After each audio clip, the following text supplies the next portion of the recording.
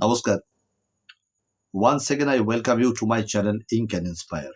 অনেকদিন আসতে পারিনি, আর আপনারাও ভুলে গেছেন যে আমার একটা চ্যানেল আছে বলে। আজকে যে কবিতাটা নিয়ে এলাম, এই কবিতাটার নাম মিথ্যা দিবস। এই যে এত দিবস হয় না, এত দিবস এর মধ্যে কেমন হয় যদি একটা মিথ্যা দিবস থাকে।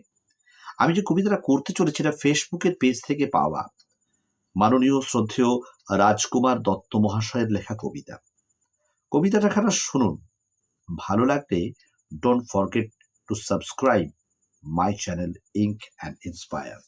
কবিতা মিথ্যা দিবস, কবি রাজকুমার দত্ত।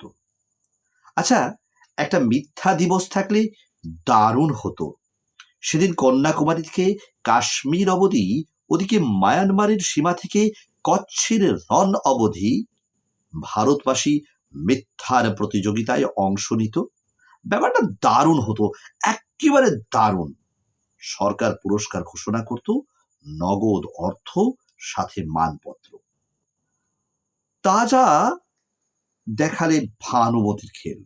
খবরের চ্যানেলগুলো মিথ্যা খবর দেখাতো, সরকারি চ্যানেলগুলো ওই একদিন বিরোধীদের হয়ে হেসে হেসে খবর পরিবেশন করত। মন্ত্রীরা চাঁদে জমি কেনার বিল আমাদের পার্লামেন্ট থেকে পাশ করিয়ে দিত। রাষ্ট্রপতি সেই বিলকে মঞ্জুরি দিয়ে সই সবুত করে দিত। মনে হতো ভারত আবার জগৎ সভায় শ্রেষ্ঠ আসন লবে। এক নিন্দুকে বলল, এ ঘোর উন্মাদ কবি, না হলে এইরকম চিন্তা ভাবনা করে কেউ ফট করে? আমি বলি, আচ্ছা, একটা দিন কি ভাসিয়ে দিই, বাকি দিনগুলোকে বাঁচিয়ে দিচ্ছি আমার ভাবনা ফুরে। ওই দিনগুলোতে সবাই সত্যবাদী যুধিষ্ঠির হতাম। একটা মিথ্যা দিবস সব মিথ্যাটাকে শুষে নিত।